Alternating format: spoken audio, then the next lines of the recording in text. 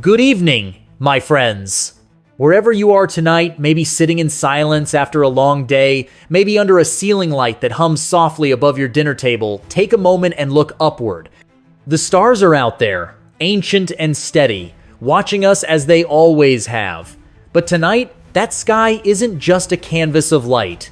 It's a story one written not by the world's usual authors, but by hands that once had to ask permission to dream. For centuries, the heavens were claimed before they were explored. Invisible borders were drawn where none should exist. Nations rich with resources could not even claim a piece of the endless sky above them. It was the ultimate paradox freedom floating over those who had none. But one night, across the vast silence of the Sahel desert, that paradox broke. 3 points of light rose from the dunes of Burkina Faso, not stars, not meteors, but fire shaped by will.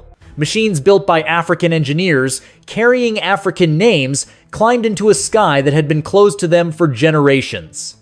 It was not just a launch, it was a statement. For the first time in modern history, Africa was not being watched. Africa was watching back. At the center of that moment stood a young soldier, Captain Ibrahim Traoré. To the world, he was a man of uniform and command. But to those who knew him, he was something deeper, a strategist who dreamed like a poet. He rarely raised his voice, yet when he did, his words cut through the noise of history. That night, as the control room held its breath, he whispered the line that would circle the continent and echo across oceans.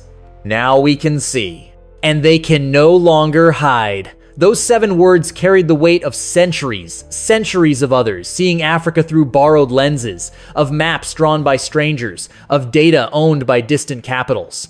For Traoré, this was not about pride. It was about reclamation, about proving that sovereignty isn't spoken into existence. It is built, launched, and lived. The project had been hidden in plain sight. A handful of young engineers in Ouagadougou working from a converted airstrip and a lab that smelled of dust and determination. Their computers were secondhand, their funding scarce, their sleep nearly non-existent, but their faith was absolute. They called their mission Aziza, the light that sees through darkness. Under Traoré's command, they crafted a new kind of independence, one that could orbit above their homeland. Outside, the Sahel wind moved like a restless ocean, sweeping sand across their tracks as if to erase the evidence of history being rewritten. Inside, the hum of machines mixed with the sound of quiet prayer. And then at precisely 02, 13 inches the morning, the desert roared. A column of fire rose from the earth, cutting through centuries of silence. A landlocked nation had just touched the stars. The world woke up confused. In Washington, radar screens blinked to life with unknown signals from West Africa. In Paris, emergency meetings convened before dawn. In Beijing, the response was subtle, an approving silence. Headlines flashed across every network. Burkina Faso enters space. Analysts called it the Sahel surprise. Reporters struggled to explain how a country with no coastline and limited wealth had managed what some powers could only dream of. But for Traoré, the explanation was simple. "We don't have oceans," he told his team, "so we sail the sky." The 3 satellites, modest in size but immense in meaning, each carried a mission. One mapped the soil, helping farmers predict drought and rainfall with precision. Another scanned the borders, tracking illegal mining routes and armed movements across the Sahel. The third, the quietest of them all, transmitted encrypted communications for Burkina Faso's defense forces, a digital heartbeat of sovereignty pulsing above the earth. And then came the first signal, faint, flickering, undeniable. A heartbeat from space. The engineers cried. Some fell to their knees. Others just stared at the screens, silent, trembling.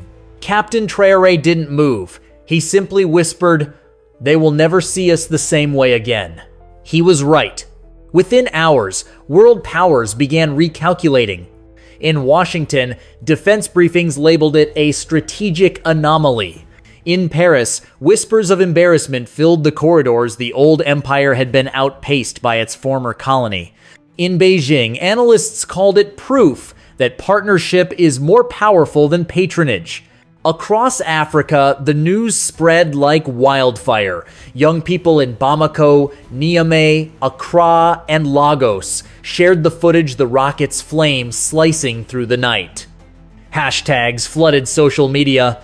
Number Africa can see. Number we rise. Number Burkina in orbit. To the world, it was technology. To Africa, it was awakening. For the elders who had seen colonization, coups, and poverty, the launch was not just science, it was vindication. Proof that the continent they had once watched being divided could now watch the world on its own terms.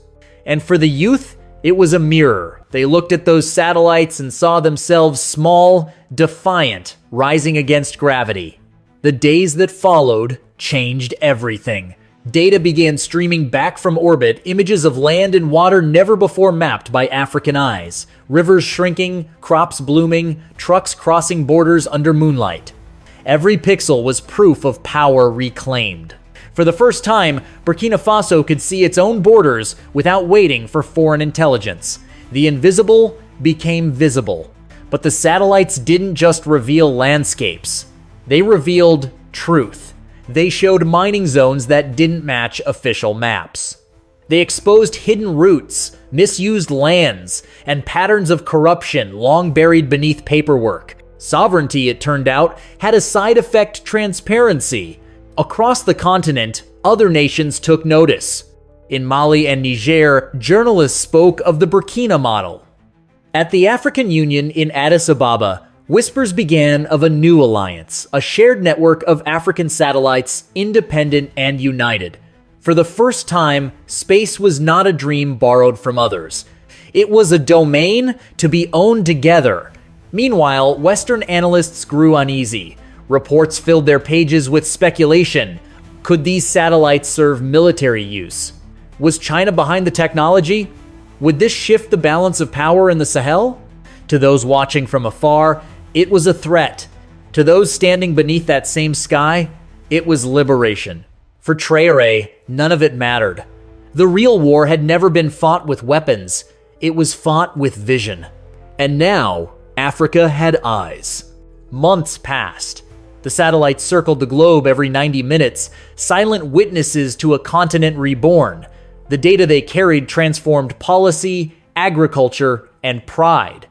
Farmers adjusted irrigation using satellite insights, increasing harvests by 15%.